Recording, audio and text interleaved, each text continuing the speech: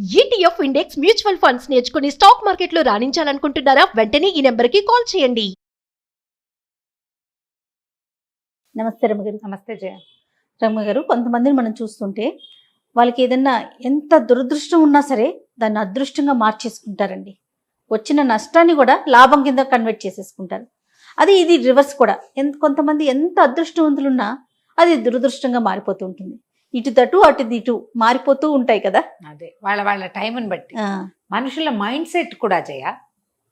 అంతే, అంతే. ప్రాబ్లం వచ్చింది అనుకో కుంగి కునారిల్లిపోతారు కొంతమంది, నేలకోలకు వచ్చేస్తారు. ఒక్కడు ఉంటాడు, వాడు ప్రాబ్లంలో కూడా ఆలోచిస్తాడు, ట్రై చేస్తాడు. ఎలా అలాంటి వాడికి విధి సహాయం చేస్తుంది. వాడు తన కింద పడిపోయిన దాన్ని కూడా సరి చేసుకుని సవరించుకుని ఎట్లా కొట్లా లేచి నిలబడతాడు. ఒక్కొక్కటి తీరు మనం చెప్పలేకపోతాం. ఇది అలాంటప్పుడు మనం God made hand, man made hand అని చెప్పుకుంటామా?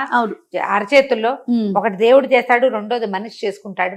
వాడి తాలూకు పట్టుదల, దీక్ష, వాడి ధైర్యం కోల్పోకుండా ఉండే మనస్తత్వం, మైండ్ సెట్ వల్ల సెట్ అవుతుంది వాడికి. మనం అలా కొంతమందిని చూస్తూ ఉంటాం. అవును అవును, చాలా బ్యాడ్ లక్ వీళ్ళకి అనుకుంటాం, కానీ వాడు లేచి నిలబడతాడు. ఆ కలిసి వచ్చేయడానికి విధే కాదు, వాడి మైండ్ సెట్ కూడా కారణం అవుతుంది. చెప్పలేకపోతాం కదా. మంచి కథ ఉంది దీని మీదన, నాకు భలే నచ్చింది. చిన్న కథ కానీ చాలా బాగుంది. పూర్వం వామాంగుడు అని ఒక బానిస ఉండేవాడు. ఈ బానిస ఒక ఓడ వ్యాపారి దగ్గర పనిచేసేవాడు. చేయగా ఓడ వ్యాపారి చాలా మంచివాడు. ఆయన ఏం చేశాడంటే, ఒక చిన్న ఓడిచ్చి, చాలా ఏళ్ళ నుంచి నా దగ్గర పనిచేస్తున్నావు వామంగ, ఈ ఓడతోటి వ్యాపారం చేసుకో, నువ్వు పైకి రా, నేను ఇంకో కొత్త బానిసని పెట్టుకుంటానని చెప్పాడు. ఇతను ఏదో సరుకు కొని ఓడలో వేసుకుని పోయాడు అమ్మకాలకి. ఆ రోజుల్లో అలా ఉండేది. ఈ వెళ్తే ఏమైంది, వీడు దురదృష్టవంతుడు. ఆయనకు అదృష్టం వచ్చింది. ఎవరు ఓడలు ఇస్తారు? ఇవ్వరు కదా. ఇచ్చారు ఇక్కడ. కానీ సముద్రంలోకి వెళ్ళేసరికల్లా ఆ ఓడ తుఫాన్లో చిక్కుకుని పగిలిపోయింది. అయ్యో, మొత్తం సరుకంతా నీటి పాలైపోయింది. అందులో ఉన్న ఇతను పట్టుకెళ్ళిన బానిసలు, మనుషులు అంతా పోయారు. కానీ వామాంగుడు బతికాడు. మళ్ళీ అతనికి అదృష్టం. అయితే ఏమిది, బతికిన వామాంగుడు ఏదో చెక్క పలక దొరికితే అది పట్టుకుని ఎలా గోలాగా బతికి 4 రోజులకి ఒక ద్వీపాన్ని చేరాడు. అది తెలిసింది అతనికి ఒక ఐలాండ్ అని. అంతా ఇసకిసగ్గా ఉంది. కానీ కొంచెం ముందుకు వచ్చేసరికల్లా ఎవరైనా ఒక చోటకి చేరారనుకో, మట్టి మీదకి ఆహారం కోసం చూస్తారు. అతను కొంచెం తిండి దొరుకుతుందా, ఎవరైనా మనుషులు కనపడతారు, అసలు ఇక్కడ ఏముందో చూద్దామని ముందుకు వచ్చేసరికల్లా అదంతా చక్కటి సామ్రాజ్యం లాగా ఉంది. ద్వీపం చాలా చక్కగా ఫర్నిష్డ్గా బాగుంది. ఆ ద్వీపంలోకి వెళ్ళగానే అందరూ తనని గుర్తుపట్టినట్టుగా మాట్లాడుతున్నారు. అతనికి అర్థం కాదు, వీళ్ళంతా నన్ను గుర్తుపట్టినట్టున్నారేంటి, నేను ఎలా తెలుసు వీళ్ళకి అని ఆశ్చర్యపోయాడు. ఇంతలో ఏమైంది, ఓ రథము, దాని మీద ఛత్రము చామరాలు పట్టుకుని మంత్రులు, సామంతులు, వాళ్ళు వీళ్ళు బాకాలు బాజాలు ఊదుకుంటూ ఈయన దగ్గరకు వచ్చారు, ఈ వామాంగుడి దగ్గరికి. ఆశ్చర్యపోయాడు వామాంగుడు. ఇది నేను బానిసని, ఎలాగో ఓడ వ్యాపారిని అయ్యాను, ఇప్పుడు కాందిసీకుణ్ణి, నా బతుకు ఆ దగ్గర ఏం లేదు, వీళ్ళంతా నాకెందుకు ఎదురొస్తున్నారు అనుకుంటే, వాళ్ళందరూ నమస్కారం అండి, బాగున్నారా, రండి రథం ఎక్కండి అన్నారు. చాలా ఆశ్చర్యపోయాడు. ఎవరనుకుంటున్నారు మీరు నన్నంటే, మాకు తెలుసు మీరు విదేశీయులు, ఎక్కడి నుంచో వచ్చారు, పరదేశీ మీరు, అయినా పర్వాలా, ఇవాళ నుంచి మీరే మహారాజు, ఎవరొస్తారా అని చూస్తున్నాం అన్నారు. అందరికి ఆశ్చర్యపడి, ఇదేమిటి సడన్గా రాజు అయిపోయాను, ఓడకి అధిపతిని అయ్యాను అనుకుంటే దురదృష్టం వెంటాడింది, నీళ్ళల్లో పడిపోయాను. బతికానని అదృష్టం వస్తే ఇప్పుడు ఇంకా మహాదృష్టం, రాజునైపోతున్నాను. సరే వెళ్ళాడు వాళ్ళతోటి. వాళ్ళు ఈ 4 రోజుల నుంచి ఓడలో నీళ్ళలో పడి కొట్టుకుంటున్న వాడికి శుభ్రంగా స్నానం చేయించి కడుపు నిండా భోజనం పెట్టి సాయంత్రం సభ తీర్చి రాజుని చేశారు. రాజు అయిపోయాడు ఆ ద్వీపానికి. రాత్రికి విందు.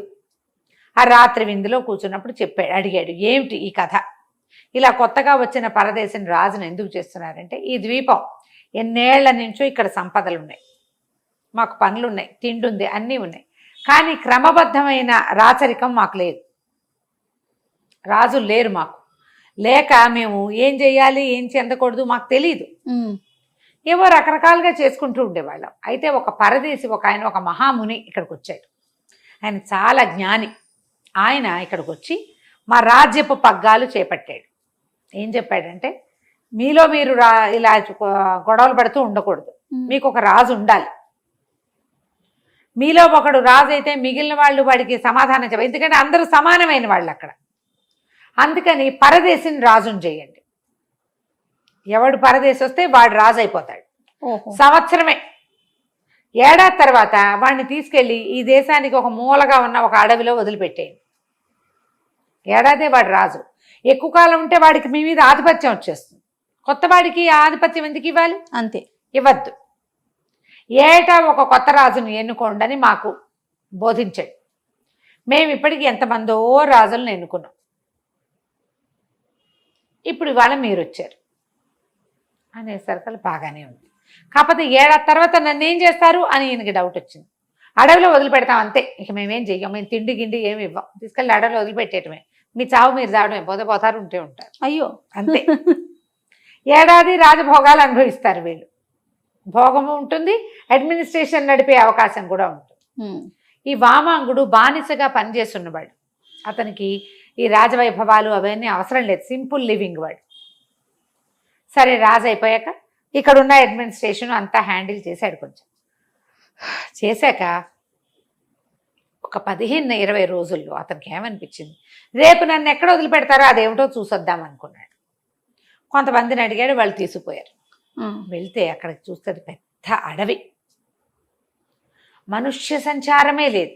ఆల్రెడీ వదిలిపెట్టబడిన రాజులంతా అవుటా, అంతే, ఇక తిండి లేదు, ఏం లేదు అక్కడ. వీళ్ళకి ఒక 2-3 నెలలుగా రాజు ఎవడు లేడు ఈ రాజ్యానికి. 2-3 నెలల క్రితం వదిలిపెడితే తిండి తిప్పలు ఏమీ లేకపోతే ఏం బతుకుంటారు. కానీ అతనికి ఒకటి తెలిసింది, ఇక్కడ చాలా విస్తారమైన కలప ఉంది, ఎన్ని చెట్లున్నాయో. అక్కడి నుంచి నేల మంచి సారవంతమైంది. సరే, ఇతను ఏం చేశాడు, వారం వారం అక్కడికి వెళ్ళటం మొదలుపెట్టాడు.